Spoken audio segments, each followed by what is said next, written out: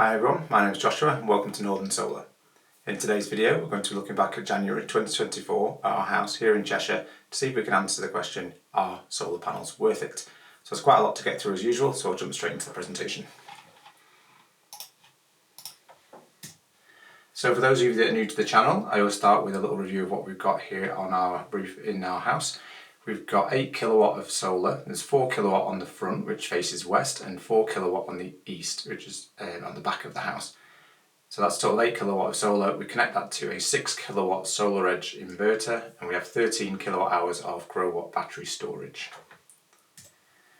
So January 2024, as you can see, really quite a mixed bag. Some days really poor, lowest day of 0.36 kilowatt hours. I think that was when there was quite a bit of snow on the panels early in January. Highest day towards the end of the month there, 8.91, an average of 4.12 and a total of 129.42 kilowatt hours for the month. So yeah, not a lot of solar generated in January as expected. But you can really see the difference between a fairly nice sunny day and a really heavy overcast cloudy day. So around about 1 kilowatt hour on a cloudy day, and then 7, 8, even close to 9 on a sunny day. Just goes to show the difference between a nice sunny day and the heavy cloud in winter that we get here.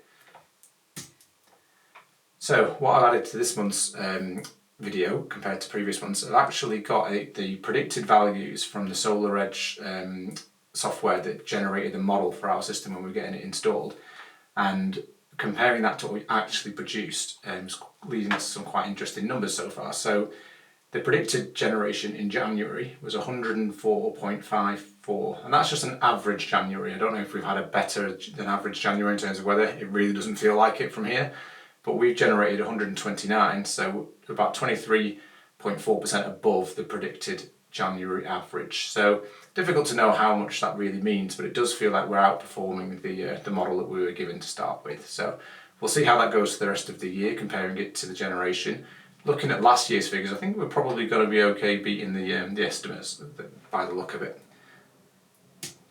So yeah, last year's figures to compare to January 2023, 129.6, so almost exactly the same generation this time last year. So 0% up or down. This number sometimes is a bit higher, a bit lower, depending on whether it's been a good month weather-wise. But yeah, maybe January is an average of around 130 for us on generation, which when you compare it to the previous slide, which was 105 predicted, it seems like we're doing okay there. So as you'll see on most of my videos, I do this each month. I've realised I've missed off 2024 on the end of there, but I picked the 17th of January this month to show the generation. So as you can see, January, late start to the solar day, around about 8:30 in the morning, starting to generate, not really even making 1 kilowatt in the middle of the day here. So this wasn't a particularly amazing day for generation, but not the worst. So just under 1 kilowatt in the peak of the day, and then again, all done by 4 o'clock in the afternoon. So yeah, still a relatively short day as expected in the middle of winter. So yeah, we're not getting an awful lot of generation at all. So we'll get on to how we power the house in the next slide. So this is a graph of our consumption pattern and the battery, how the battery plays a big part of that consumption pattern, especially in these winter months. Let's start at the beginning here. So this is midnight, the start of the recording for the day. The green bar behind is the battery state of charge. So as you can see, the battery started at around about, say, 60%. From the night before, and then we have this off-peak overnight period where we have cheap electricity on our tariff. So we've got the battery charging up, so you can see the battery charging up here, going back up to 100%. We also charge the electric car overnight as well, so you can see that keeps going till 4:30. But the battery's full by around about 3 AM, and then when the off-peak window ends at 4:30, the battery starts to power the house again. The car stops charging, battery starts to power the house. Obviously the load at the middle of the night is pretty low, but you can see as we get up in the morning, start using bits, especially turning lights on, making breakfast, that sort of stuff, we start to use more of the energy from the battery and that starts to come down. You can see a couple of larger things here. This will most likely be something like the dishwasher or the washing machine being used, and you can see that starts to draw more from the battery. And then you see here in the background, you've got around about, as you said, around about 8:30ish, the sun starts to come up, and you see this small sort of peak at the back here is the solar generation, which then starts to recharge the battery up again during the day. And you can see we've got usage during the day in the house as well, various bits and pieces, putting the kettle on. This regular spike is actually a little electric heater that we use. If one of us is working from home, we don't generally have the central heating on, probably just heating the office that we're working in at home during the day. So you can see a few little spikes here with electric heating in the afternoon. 17th of January was one of the saving session days, so what you can see here is we've actually programmed the battery to discharge the grid during the saving session, so we make extra money from those sessions. So we're helping out the grid by putting power from our battery, which we've stored up for cheap overnight and then stored up again from the solar during the day. So you can see this big lump here is exporting out to the grid. And then in the evening, again, cooking, dishwasher, that sort of thing, using the battery again, and then you can see in the night usage starts to drop as we go back to bed, and the battery holds there around 50%, maybe 45-50%. So yeah, that's kind of a typical day for January. Yeah, let's say saving sessions play a big part in helping us make extra money and help out the grid, and we make a big utilisation on the off-peak period. So all of the electricity we bring in from the grid, these big red chunks, are all in the off-peak period. And obviously a lot of that is to actually charge the car, which we'll go into in a little more detail later on. So total import and export for the grid in January, this data comes straight from Octoplus, our energy supplier. Our total grid import for the month of January, as well as obviously the solar we've used, we've brought in a lot from the grid to charge the battery overnight and to charge the electric car. So 673 kilowatt hours imported from the grid. And you can see these days where we're using a lot is generally when we're charging the car. So you've got a lot more usage if you're charging the car than just the sort of home battery, where it might be up to 7, 8, 9 kilowatt hours putting back into the battery that we've used during the day. And then grid export 27 kilowatt hours. Generally we're not exporting much at this time of the month, as you might imagine, because there isn't just very much sun to export. So once we have the battery full, then the battery can no longer take any more energy. So if we are generating anything from the solar, we do then export. So we charge the battery up overnight, and then if the battery fills up again during the day on a sunny day, which you might get a few sunny days, it will export out to the grid. And then we had that one day, I think the one saving session that we had, that was where we exported extra to the grid to try and make more use of that export payment during that time. So yeah, this sort of grid export pattern changes throughout the year. We obviously export a lot more during the summer, as you'll have seen if you've seen last year's videos. And if you carry on watching throughout the rest of the year, you'll see loads more export during the summer. So as I mentioned, we're with Octoplus. We currently are on the Go tariff, which is 60p a day standing charge in this area, which is a rip-off, which I always say, but can't really get around that. We pay 9p for our electricity between 4:30 and 4:30 in the morning, and 31.4p during the day. So yeah, using the battery, we're able to buy all of our electricity pretty much at 9p and not have to pay anything on the higher rate. And then all of our exports are paid at 8p. So yeah, if you look at these numbers, you can see when we're buying it at 9p and filling the battery up, if we're then exporting during the day, if there's a sunny day and the battery is full, we're exporting and getting paid 8p for those same kilowatt hours.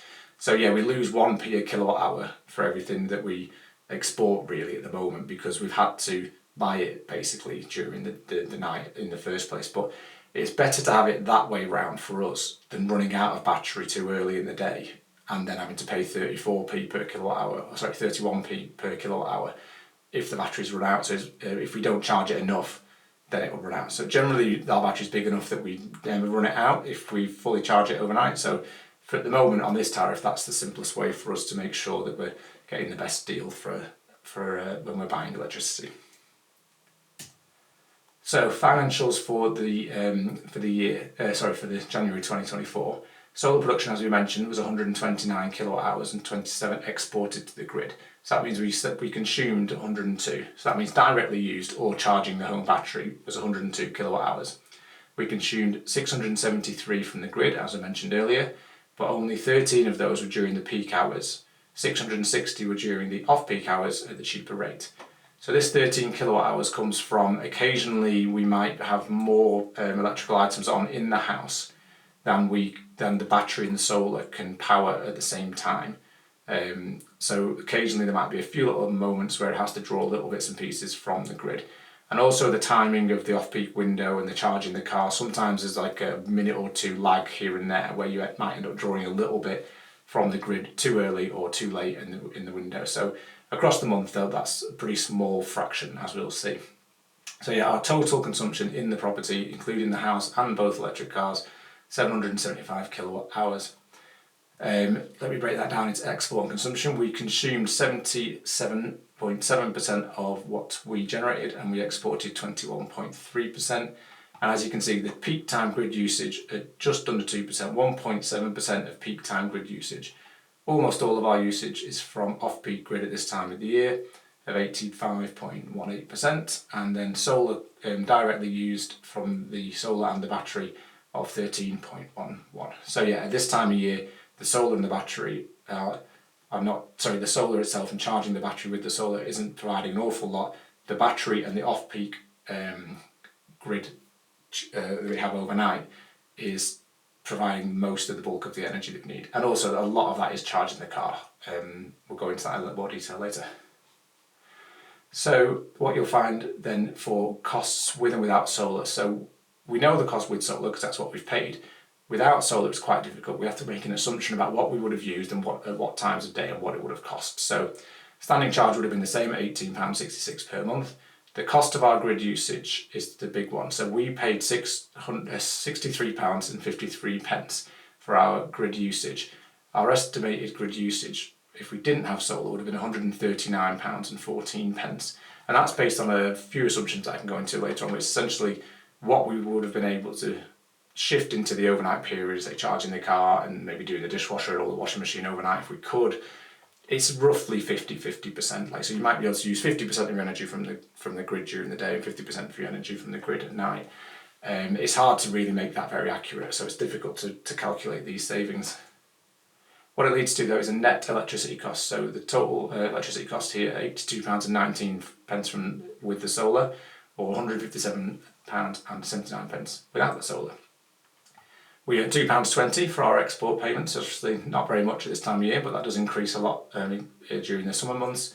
And we made £6.27 on the saving session. So when we're exporting from the grid, like I mentioned earlier, from the battery, we get paid extra from the supplier because the grid needs the energy more at that time. So we get, for that saving session that happened in January, we got £6.27.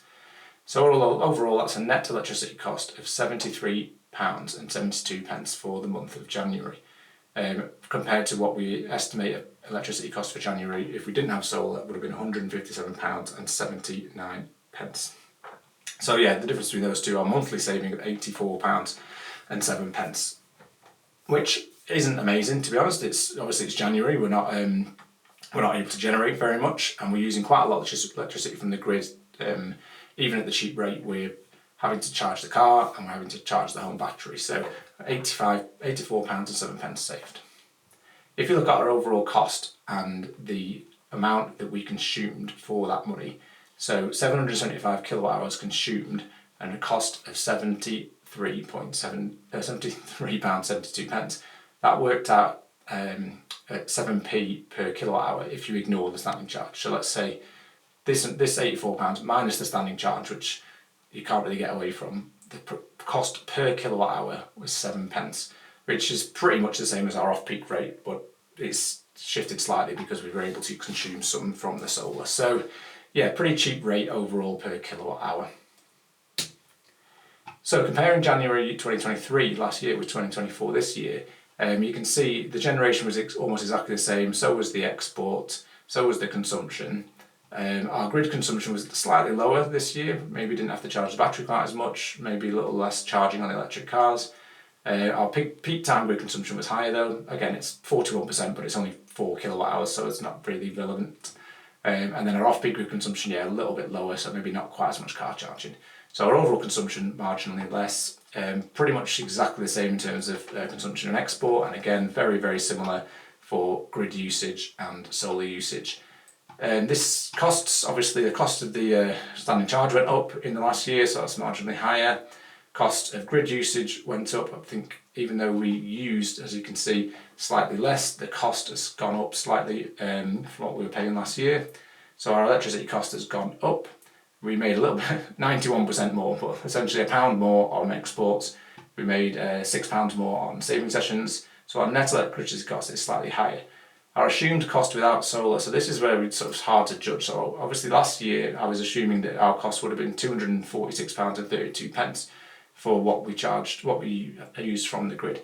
And this year it's a lot less because this year we have 2 electric cars, and this time last year we only had 1 electric car. So I think we were only assuming that the usage that we had for the charging the car wouldn't have been able to all been during the off-peak period last time, so it would have cost us more to do those charging sessions for the car. So as you can see, the savings look like they're worse, but it's all down to how we assume our consumption pattern would have been if we'd not had solar. So quite hard to calculate that really.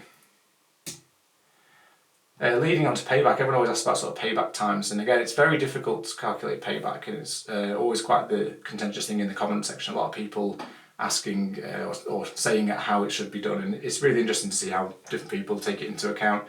You can see all the assumptions that are listed out here in terms of how much we're consuming in the property, what the rates are, what the system cost was, which was just over £15,000, how much we were able to generate from the solar, what we are consuming versus exporting, all of these different things, inflation in cost, system degradation, and these are all sort of like assumptions that build into what we end up calculating as savings. And obviously if we've paid £15,000 for the system, we need to be saving money every year to pay it off. So our assumptions have led us to a calculated saving in the first year of just shy of £1,500. This second 12 months that we're in now could be higher because we're able to export more, we're able to get paid a lot more for our exports now compared to last year.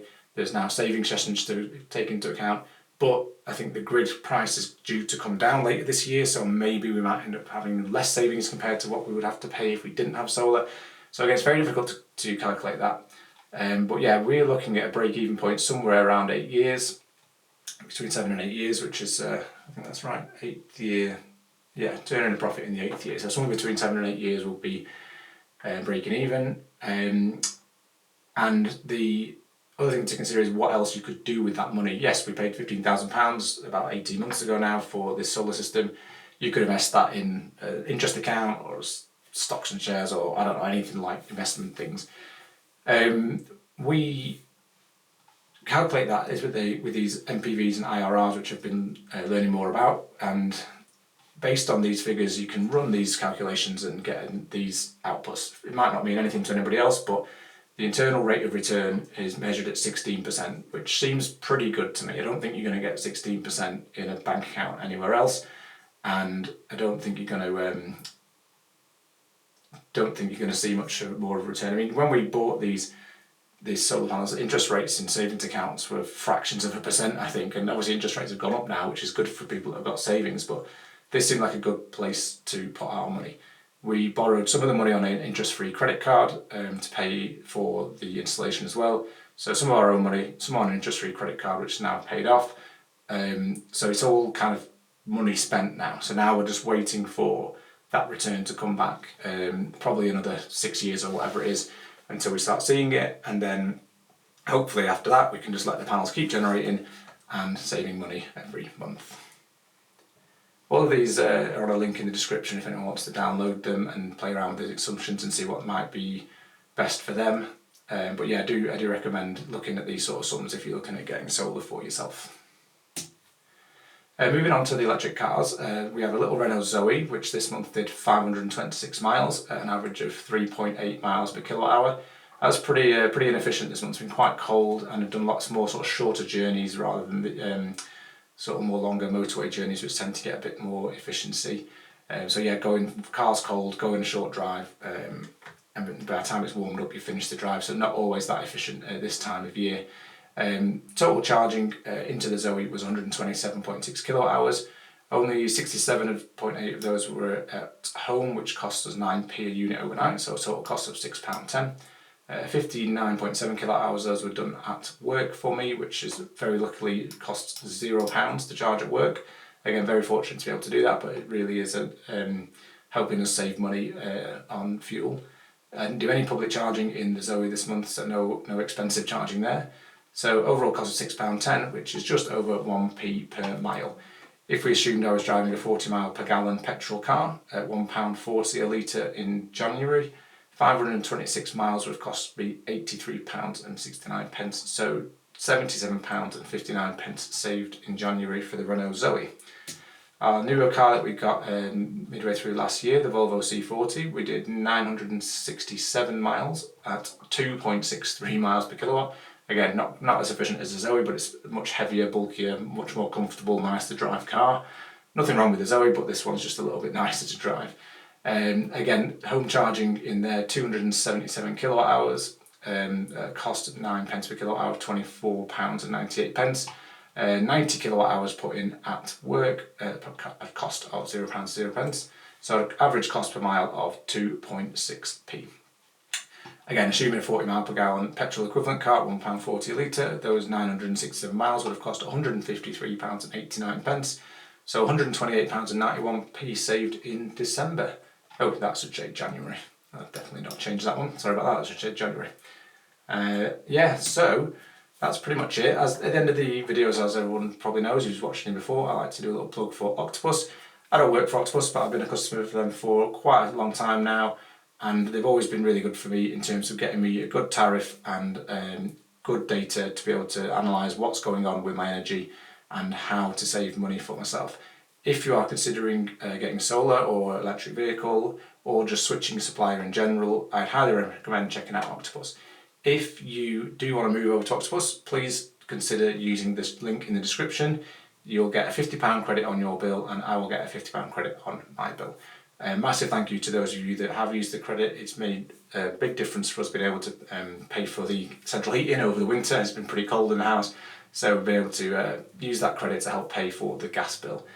And that's pretty much it really. Please do let me know if you've got any questions. I'll wrap it up here. Drop questions or any comments in the boxes below. If not, got to answer the question, are solar panels worth it? For us, still definitely yes. For you, who knows? Look at the stats, see what you can generate, look what tariffs you can get, and try and make the most out of that. Solar power, batteries, best tariff you can get for it, and setting that up to make the most out of it. We'll see you again next time. Thanks very much.